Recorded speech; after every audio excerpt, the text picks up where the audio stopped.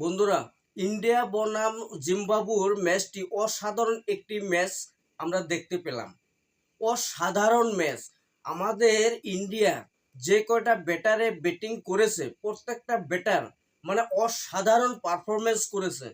Sanju Samson 15 বলে 24 run. Abhishek Sharma come back করে দেখিয়েছে বন্ধুরা। অভিষেক শর্মা কাম ব্যাক করে দেখিয়েছে, 30 বলে 55 রান করেছে। তার কিন্তু এখন ব্যাটিং পারফরমেন্সটা আজকে অনেকটাই ভালো করেছে।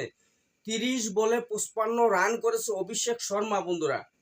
কি বলবো, অসাধারণ পারফরমেন্স করেছে প্রত্যেকটা ব্যাটারে। ঈশান কিষান 38 রান করেছে, 24 বলে 38 রান, অসাধারণ। সূর্যকুমার যাদব বন্ধুরা, সূর্যকুমার যাদবের 13 বলে 33, দারুণ পারফরমেন্স করেছে। 13 বলে 33 রান করেছে, অসাধারণ।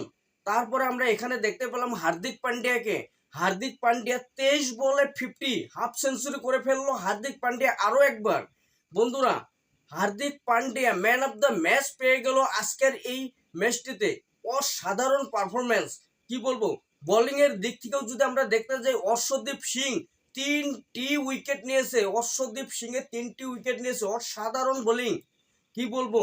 হার্দিক পান্ডিয়া হয়তো আজকের এই ম্যাচটিতে বোলিং এর দিক থেকে হয়তো উইকেট নিতে পারে নাই, কিন্তু ভালো পারফরমেন্স করে দেখিয়েছে ব্যাটিং এর দিক থেকে।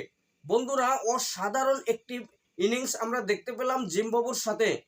72 রানে ম্যাচটি জিতেছে আমাদের ইন্ডিয়া দল। 72 রানে অসাধারণ পারফরমেন্স করেছে। নেক্সট আমরা যে ম্যাচটি খেলবো ওয়েস্ট ইন্ডিজের সাথে, তবে বন্ধুরা ওয়েস্ট ইন্ডিজের সাথে যদি আমরা ম্যাচটি জিততে পারি, তাহলে কিন্তু ডাইরেক্ট সেমিফাইনালে চলে যাব।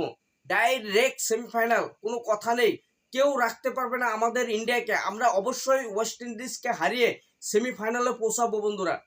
অবশ্যই আমরা সেমিফাইনালে পৌঁছাতে চলেছি ওয়েস্ট ইন্ডিজকে হারিয়ে। 1 মার্চে আমরা ওয়েস্ট ইন্ডিজের মুখোমুখি হব বন্ধুরা। তবে বন্ধুরা, ইন্ডিয়া বনাম জিম্বাবুয়ের ম্যাচটি তোমাদের কাছে কেমন লেগেছে অবশ্যই তোমরা কমেন্ট করে জানাবে।